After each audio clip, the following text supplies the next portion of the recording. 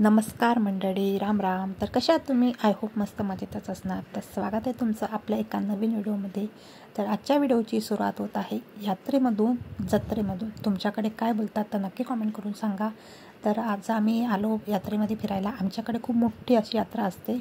ही यात्रा दिवाळीनंतर जे एकादश येतात ना, त्या बार्शीपासून तर दुसऱ्या बार्शीपर्यंत म्हणजे अशी 15 दिवस ही यात्रा असते आणि खूप मोठी होती यात्रा.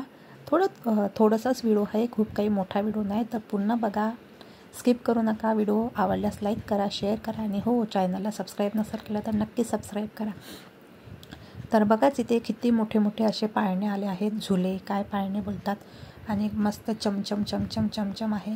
आम्ही आलो होतो 7 वाजेला आणि बघा इथे एंटर झालो. इथे आपल्या यात्रेमध्ये ही यात्रा आहे सासगावची. याला छोटी पंढरी म्हणून पण ओळखलं जातात, लहान पंढरपूर म्हणून ओळखलं जातं.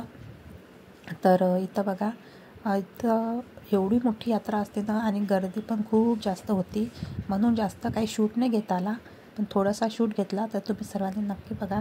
तर आता आपण चाललो सर्वात पहिले दर्शन करायला, कारण इथे विठ्ठल रुक्मिणीचं खूप मस्त मंदिर आहे पहाडावर. तर आता आपण पहाडावर जात आहे. बघाच, आपण आधी सर्वात पहिले वरती जाऊया. वरती जाऊन दर्शन करूया आणि नंतर मग यात्रा फिरूया मस्त पद्धतीने. आणि हे बघा, वरतून घेतलेलं दृश्य आहे मी. खूप सुंदर आहे. संध्याकाळ झाली होती, अंधार पडला होता, पण यात्रा म्हटलं की संध्याकाळीच मजा येते, दिवसा काही वाटत नाही. तर असं आम्ही आता पहाडावर चाललो आहे मंदिराकडे. तर आधी आपण सर्वात आधी दर्शन घेऊया. याला पण चालायचं होतं. तो बोलतो मला पण उचलून घेऊ नका, पण पहाड चढणं सोपी नव्हतं त्याच्यासाठी, पण तो ट्राय करत होता. आम्ही गेलेलो. बघा असं काही आहे वरतं मंदिर पण खूप सुंदर आहे बघण्यासारखं. तर नक्की बघा सर्वांनी. तर आता आम्ही मंदिराकडे आलेलोच आहे, पोचलोच आहे. तर हे बाप बेटे मागं राहिले होते दोघंजणं. तोपर्यंत आम्ही वरतून जरा शूट घेतलं. तर बघा माहोल कसा दिसतो, एकदम बघा किती सुंदर दृश्य दिसतं ना, खूपच सुंदर दिसतं. आता असं वरतून थोडंसं शूट घेतलेलं. नंतर मग आम्ही दर्शन केलेलं. दर्शनासाठी लंबी लाईन होती, लांब दुरून दर्शन नाही होतं.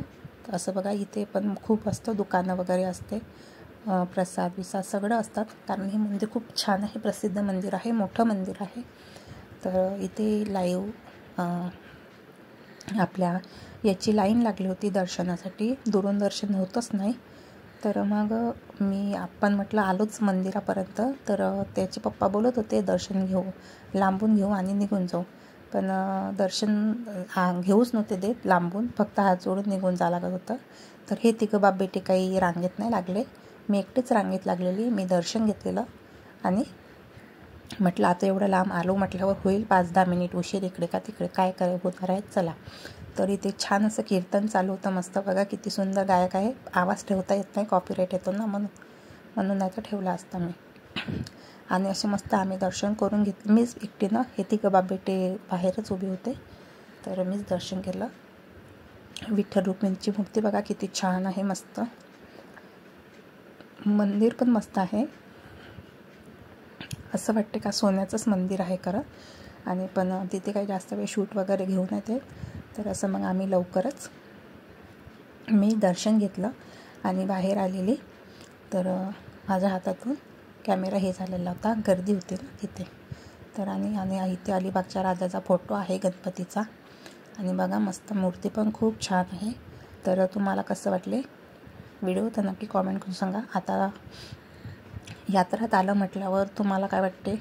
मुलांची घाई मंदिरात दर्शन करायला नसेलच, त्यांची घाई आपली काहीतरी वेगळीच होती. ती घाई होती त्यांची, आधी आम्हाला हे घेऊन द्या, ते घेऊन द्या, पाळण्यात बसवा, असं करा तसं करा, असं चालू होतं. तर ते मुलं काही दर्शन वगैरे बरोबर घेऊन होते देत. पण मी म्हटलं आता होऊ द्या, यांना काय समजतं लहान मुलांना, म्हणून मी दर्शन वगैरे घेतलं मस्त आरामात. आणि सगळे फोटो इथं सगळे आले का फोटो काढतात, कारण इथलं खूपच सुंदर आहे इथलं हे. तर सर्वांनी फोटो काढले. माझं फोटो काढायला कोणीच नव्हतं, कारण हे तिघं बाप बेटे पण बाहेरच उभे होते आणि असं काही आत येऊन होते देत. तर इथे बघा पेढे वगैरे, मिठाई, मावा पेढा सगळं होतं, मस्त असतं तिथं याच्यासाठी. मग आम्ही एक मिठाईचा डबा घेतला, मुलांना आवडतात आणि मेन म्हणजे ओरिजिनल असतात, खूप सुंदर. आणि बघा मग येताना तिकडून आलो आणि जाताना इकडून आपलं. आणि बघा गर्दी, आलं तेव्हा गर्दी नव्हती, म्हणजे गर्दी यात्रेत होती, ती पहाडावर चढण्याच्या रस्त्यात तेवढी गर्दी नव्हती.